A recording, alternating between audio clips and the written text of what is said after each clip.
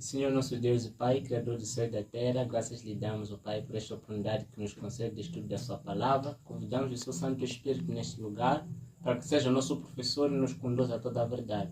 São graças que lhe pedimos, no doce nome de Jesus, nosso Salvador, e amém. Saudações, irmãos, sejam muito bem-vindos a mais um vídeo aqui neste canal Ministério Albigenses. Queremos convidar o irmão que nos acompanha a permanecer neste vídeo, colocar o seu like, se inscrever e ativar o sininho de notificações para que possam receber notificações de todos os vídeos que vamos aqui lançar. E não se esqueçam de colocar o vosso comentário logo após assistirem este vídeo. Hoje trago aqui um tema muito importante para debater com o irmão no livro de 2 Timóteo.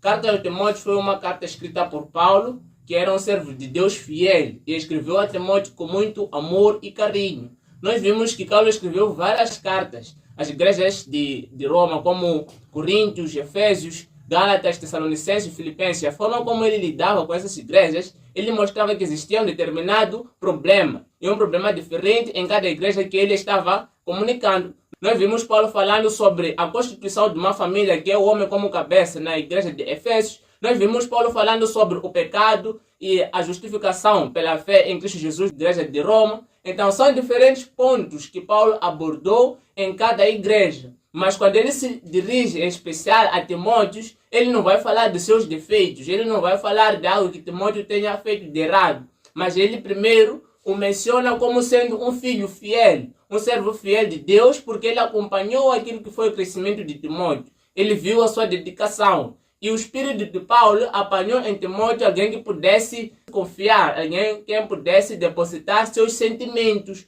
Por isso que o carinho por Timóteo era um carinho muito grande, de tal maneira que ele começa essa carta já citando algo importante que fazia dia a dia, que era orar por Timóteo. Então, a mensagem que eu quero trazer aqui tem um tema do amor genuíno para o seu próximo. De que maneira nós manifestamos um verdadeiro amor para com os nossos próximos? Nós vimos que o mundo hoje é cheio de amizades falsas, onde apresentamos um amor que não é verdadeiro, baseado naquilo que as pessoas querem ouvir de nós. Mas o amor verdadeiro é aquele que fala mesmo quando os nossos amigos estão em erros. É aquele que lhes chama a atenção para que eles não continuem naquele erro e o salário daquilo seja a perdição ou a morte. Então, hoje eu quero lhe apresentar essa mensagem com assim está escrito. Me acompanhe para o livro de 2 Timóteo, ainda no primeiro capítulo e nos primeiros versos, começando a partir de versos 2. Diz aqui Paulo. Paulo escreve essa carta a seu servo, ao seu amigo Timóteo. Diz, ao amado filho Timóteo. Primeiro ele menciona Timóteo como seu filho na fé. Nós sabemos que Paulo não era o pai de Timóteo de sangue, mas era um pai como quem lhe instruiu, como quem lhe auxiliou e como quem participou das mesmas coisas que Timóteo participou durante o ministério de Paulo. Nós vimos que Paulo várias vezes foi acompanhado por Timóteo. E essa relação entre eles chegou a tal nível que Paulo chamava a Timóteo de seu filho. Quem mais nós conhecemos que nos chama de filhos além de Deus? Nós vimos em 1 de João 3, versos 1, dizendo João, olha com que grande amor Deus nos amou ao ponto de sermos chamados filhos de Deus. Ou seja, a melhor manifestação do amor de Deus é que Ele nos chame de seus filhos. E isso só será possível se nós confessarmos Deus como nosso Pai e como aquele que nos instrui em toda a sabedoria. Nós precisamos seguir aquilo que Deus nos manda seguir. Precisamos fazer a vontade de Deus e padecer de todas as coisas que Cristo padeceu, assim como Timóteo padeceu de todas as coisas que Paulo padeceu. E essa relação que nós vamos cultivando com Cristo deve ser uma relação salvífica, uma relação que vai nos purificar e nos melhorar para alcançarmos a glorificação. Então, o que Paulo menciona primeiro era que Timóteo era seu filho. Assim como eu, assim como o irmão que me acompanha, todos nós precisamos ser filhos e filhas de Deus. Precisamos cultivar um relacionamento sério, afetivo e salvífico com Cristo. Continuando, Paulo diz, graça, misericórdia e paz. Nós vimos várias vezes Jesus, ao se apresentar para os seus discípulos, ele dizia, graça e paz seja convosco. Ele desejava muita graça e paz às pessoas que lhe acompanhavam. Paulo também escreveu às igrejas de Roma, começando por graça e paz e terminando com a mesma citação. Ou seja, a graça sempre vai gerar paz no coração daquele que a recebe. Toda vez que somos alcançados pela graça de Cristo, surge em nós uma paz que ninguém pode compreender sem que tenha recebido a mesma graça. A graça de Deus nos purifica, a graça de Deus nos alivia, a graça de Deus nos faz compreender que mesmo vivendo num mundo agitado, que corre de um lado para o outro no seu dia a dia, podemos olhar para os céus convictos de que existe um Deus que manifestou a sua graça através da morte de Jesus Cristo na cruz. Então, Paulo manifesta essa característica de um pai que se preocupa pelo seu filho, dizendo: graça e paz, misericórdia de Deus sejam contigo. Nos versos 3, ele diz: dou graças a Deus, a quem, desde os meus antepassados, sirvo com consciência pura, porque sem cessar me lembro de ti nas minhas orações, noite e dia.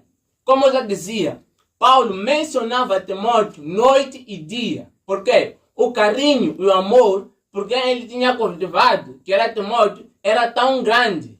A mesma coisa nós encontramos quando pensamos na relação que temos com Deus. Nós vimos, por exemplo, Enoque andou na presença de Deus de tal maneira que Deus sentia saudades dele. Deus olhava para Enoque como seu amigo.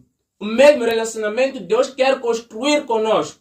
Ele quer que nós possamos andar na sua presença de tal maneira que Ele olhe para nós e diante de Deus, Cristo possa falar de nós dia e noite. Paulo aqui nos apresenta um ministério de Cristo. Paulo aqui nos apresenta uma intercessão pela vida de Timóteo. Ele orava por Timóteo dia e noite. E a oração de um justo pode muita coisa fazer. Continuando, diz, nos versos 4, lembrando das tuas lágrimas. Irmãos, vamos analisar ponto por ponto desses versos. Nós, quando nos colocamos no lugar de Timóteo, vamos compreender que várias vezes passamos por situações que às vezes não compreendemos o significado daquilo tudo. E com lágrimas nós ajoelhamos e oramos a Deus. Mas Deus não tem deixado passar nem sequer uma lágrima despercebida diante do seu trono. Ele olha para os nossos corações. Ele lembra-se das nossas lágrimas. Assim como Paulo se lembrou das lágrimas de Timóteo e por ele orava dia e noite. Assim também Deus se lembra das nossas lágrimas. E as nossas orações serão respondidas. Mesmo que tarde, devemos manter a esperança, porque um dia isso vai se manifestar. E ele ainda continua. Lembro das tuas lágrimas, dia e noite. Estou ansioso por ver, para que eu transborde de alegria. O objetivo principal e final de todas as coisas é que nós possamos ser reintroduzidos na presença de Deus, para que haja uma alegria eterna. Aqueles que hoje choram são bem-aventurados, porque um dia terão de gozar uma alegria que não tem fim. Vão alcançar em Deus a alegria que o mundo não pode oferecer. Vão alcançar em Deus uma paz perpétua que o mundo não pode tirar. Que as coisas de diabo não podem atingir, mesmo que sejam intensas e uma luta árdua. Deus é que é o nosso refúgio e a nossa fortaleza. Pela recordação que guardo da tua fé, sem fingimento. A fé de Timóteo era uma fé pura e sem fingimento, a qual nós também devemos ter. Não uma fé para demonstrar às pessoas mundanas que somos cristãos. Não uma fé pela qual possamos se exibir. Não uma fé que nos faça olhar para os céus com perspectivas erradas, de receber um galardão nesta terra. Não uma fé que nos faça pensar no evangelho da prosperidade. Não uma fé que nos faça pensar no evangelho da socialização. Mas uma fé que nos faça compreender que Deus, pela manifestação de seu amor, cumprirá um dia todas as coisas. E o nosso gozo será manifestado. E diz ainda, a mesma aqui, lembrando da sua fé, que é sem fingimento, a mesma aqui, primeiramente, habitou em sua avó Loide e em tua mãe Eunice, e estou certo de que também em ti habita.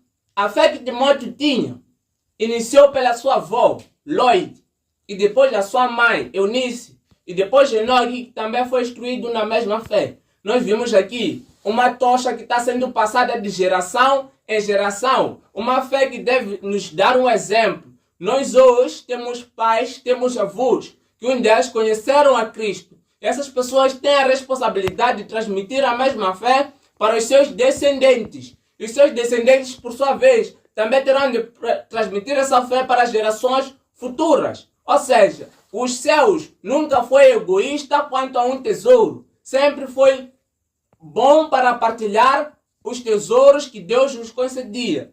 Hoje, se nós temos uma fé maravilhosa que nos faz compreender as coisas que acontecem ao nosso redor, devemos ser motivados a anunciar ao mundo que podemos encontrar em Cristo uma alegria sem fim. Assim como Paulo fazia com o seu servo Timóteo, com seu filho na fé. Ele se importava por aquilo que Timóteo passava. Ele se importava pela sua salvação. Então ele escreve essa carta com muito amor e carinho, para que Timóteo possa se sentir confortado. Ele ainda diz que deseja muito ver a Timóteo e o inclui em todas as suas orações. Mas Paulo diz algo muito importante, irmãos, que talvez seja o centro dessa meditação. Paulo ensina a Timóteo a nunca abandonar a fé que ele recebeu da sua mãe e sua avó, para que ele tenha a responsabilidade de instruir a igreja de Efésios. Mesmo que ele seja um bispo novo, ele foi instruído para que possa ficar como o bispo, o primeiro bispo de Efésios, da igreja de Efésios. Nós hoje temos uma tarefa importante, que é despertar o povo de Deus, para que possa acordar do sono que está sendo feito dormir por diabo, para que possamos olhar para as coisas espirituais com mais seriedade e nunca abandonarmos a nossa fé. Que possamos sentir que a pregação do Evangelho é uma responsabilidade que está sobre os ombros de todos aqueles que conhecem essa verdade. Que a nossa relação com os nossos amigos seja uma relação salvífica. Possamos levar os nossos amigos até Jesus. Possamos levar as pessoas que conhecemos até a fonte de vida que é Cristo. E assim as pessoas que hoje nos olham como amigos, um dia vão nos olhar nos céus como verdadeiros irmãos e irmãos eternos. Então, que essa mensagem tenha um lugar especial no seu coração, que Deus o toque nesta noite, que Deus o abençoe e o dê um dia maravilhoso.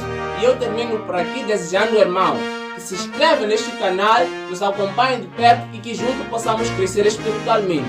Que Deus o abençoe e até a próxima meditação, em nome de Jesus Cristo e amém. Disse Jesus.